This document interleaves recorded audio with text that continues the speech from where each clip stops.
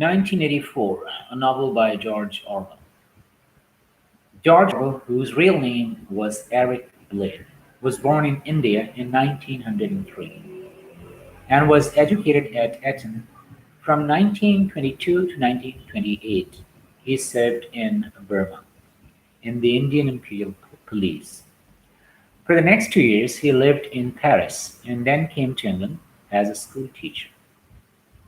Later, he worked in a bookshop. In 1937, he went to Spain to fight for the Republicans and was wounded. During the Second World War, he was a member of the Home Guard and worked for the BBC. In 1943, he joined the staff of Tribune, contributing a regular page of political and literary commentary as I please. He later became a regular contributor to the Observer, for which newspaper he went as a special correspondent to France and Germany. He died in London in 1950.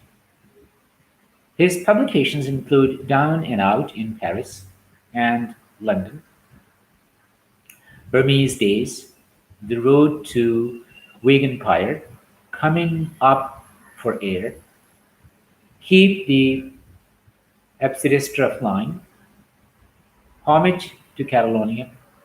Orwell's name became widely known with the publication in 1945 of Animal Farm, which has sold millions of copies. 1984 had a similar success at around extraordinary interest as a film and on television.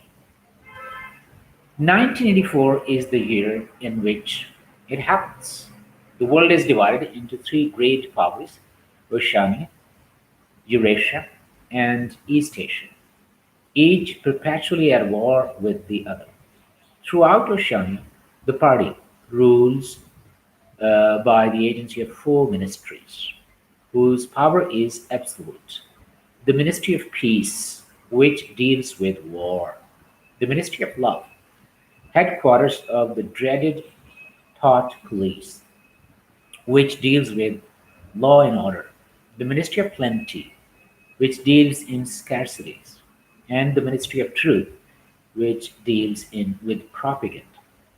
The authorities keep a check on every action, word, gesture, or thought.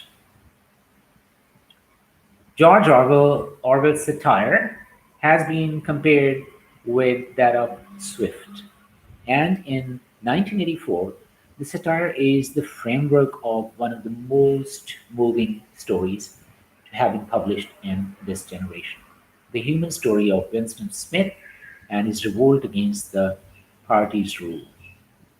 It was bright. It was a bright, cold day in April. The clocks were striking 13.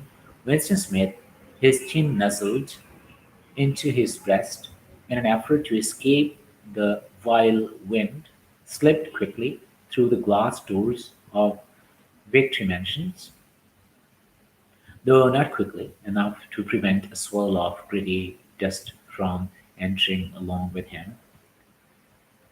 The hallway smelt of boiled cabbage and old rag mats. At one end of it, a colored poster, too large for indoor display, had been tacked to the wall.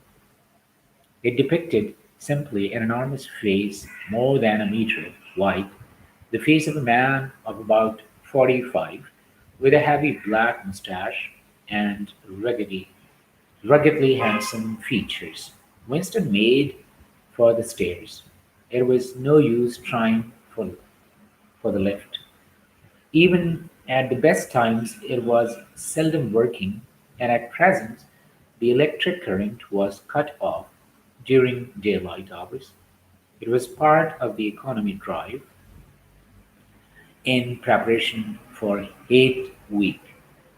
The flat was 7 flights up, and Winston, who was 39, had a varicose ulcer above his right ankle, went slowly, resting several times on the way.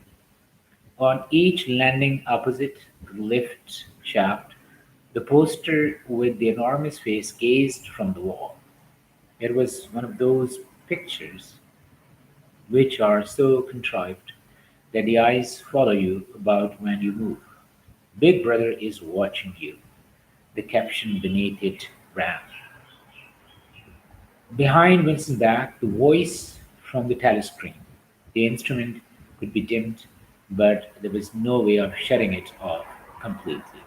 It was babbling away from pig iron and the overfulfillment of the ninth three-year plan. The telescreen received and transmitted simultaneously. 1984, a novel by George